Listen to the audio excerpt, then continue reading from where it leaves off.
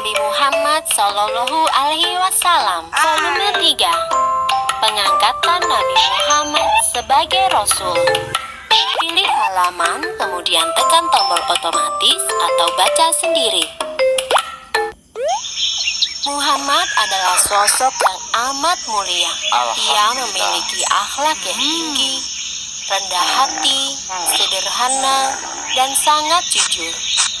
Karena kejujurannya ini, ia dijuluki Al-Amin, yang artinya dapat dipercaya.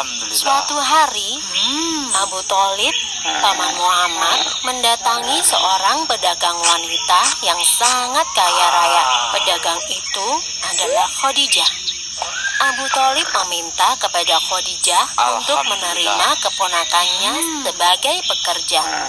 Khadijah sangat gembira menerima Muhammad sebagai pekerjanya. Meskipun bayaran Muhammad lebih mahal, Khadijah menyetujui permintaan Abu Thalib. Saat itu, Muhammad mendapat 4 ekor anak unta sebagai bayaran, sedangkan pekerja yang lain hanya mendapat 2 ekor anak unta sebagai bayarannya.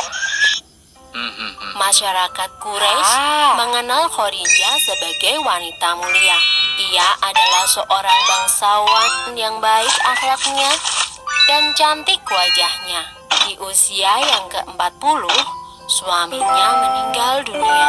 Khadijah pun menjadi seorang janda. Khadijah merasa sangat tertarik pada Muhammad. Bukan hanya karena Muhammad pandai berdagang, namun juga karena akhlak Muhammad yang sangat tinggi. Khadijah meminta kepada sahabatnya, Nafisah binti Umayyah, untuk melakukan pendekatan kepada keluarga Muhammad. Setelah dicapai kesepakatan, Muhammad dan Khadijah pun melangsungkan pernikahan. Saat itu, Muhammad berusia 25 tahun. Kehidupan mereka sangat bahagia. Dan perdagangan mereka pun semakin maju.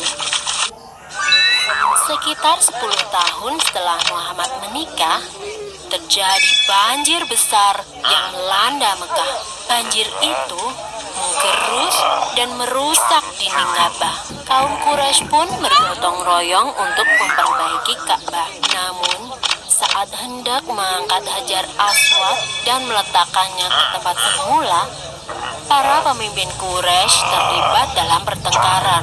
Mereka saling berebut untuk mendapatkan kehormatan mengangkat Hajar Aswad. Karena pertengkaran ini, perang saudara hampir saja terjadi. Para pemimpin saling bersekutu dan bersiap untuk perang.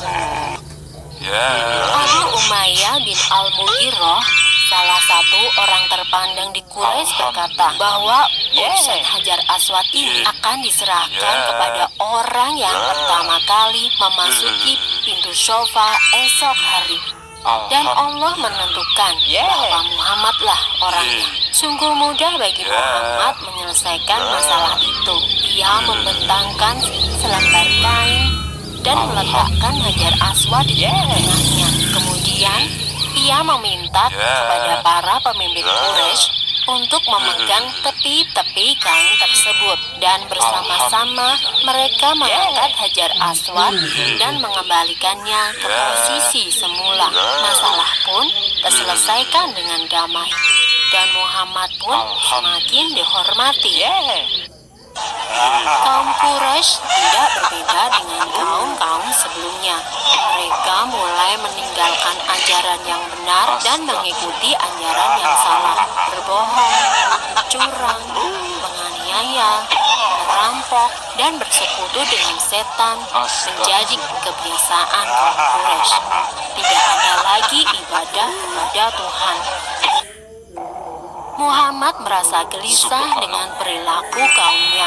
Ia berusaha memikirkan cara untuk membawa kaumnya kembali ke jalan yang benar.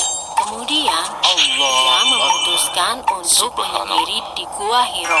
Sekeras apapun Muhammad berpikir, ia tidak bisa menemukan jawabannya. Maka, tepat pada tanggal 17 Ramadan atau 6 Agustus tahun 610, atas perintah Allah, Malaikat Jibril mendatangi Muhammad dan menyampaikan wahyu.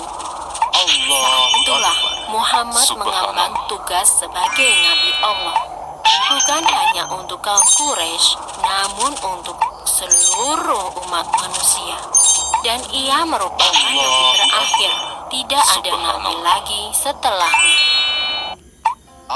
Dakwah pertama yang diemban oleh Nabi Muhammad dilakukan secara sembunyi-sembunyi. Dimulai dari keluarga dan sahabat-sahabat terdekatnya, yaitu Khadijah, Ali bin Abi Thalib, dan Zaid bin Haritsah. Setelah itu, orang dari luar keluarga Nabi Muhammad memeluk Islam. Mereka adalah Abu Bakar, Utsman bin Affan, Zubair bin Awam, Sa'id bin Abi Waqqas, Abu Rahman bin Auf, Thalhah bin Ubaidillah, dan masih banyak lainnya. Mereka adalah golongan orang yang pertama kali masuk Islam, dan mereka disebut Asabiqunal Awalun. Selama 3 tahun berdakwah sembunyi-sembunyi, pengikut Nabi Muhammad terus bertambah. Selama itu pula, kaum Quraisy tidak begitu peduli pada gerakan Nabi Muhammad. Namun, ketika akhirnya Nabi Muhammad mulai berdakwah secara terbuka, para kaum Quraisy mulai bangkit untuk melawan Nabi Muhammad. Apalagi, dakwah Nabi yang paling keras adalah ajakan untuk memeluk Islam dengan cara meninggalkan Tuhan berhala mereka. Dan mulai saat itulah dakwah Nabi Muhammad mulai mendapatkan tentangan dan berbagai macam halangan serta perlawanan yang sengit dari kaum Quraisy. Selesai, di gua inilah wahyu pertama yang berupa ayat 1-5 surat Al-Alaq disampaikan oleh Malaikat Jibril kepada Rasulullah, yang artinya, bacalah dengan menyebut nama Tuhanmu yang menciptakan. Dia telah menciptakan manusia dari segumpal darah. Bacalah, dan Tuhanmu lah yang paling pemurah, yang mengajari manusia dengan perantaraan kalam atau pena. Dia mengajarkan kepada manusia apa yang tidak diketahuinya.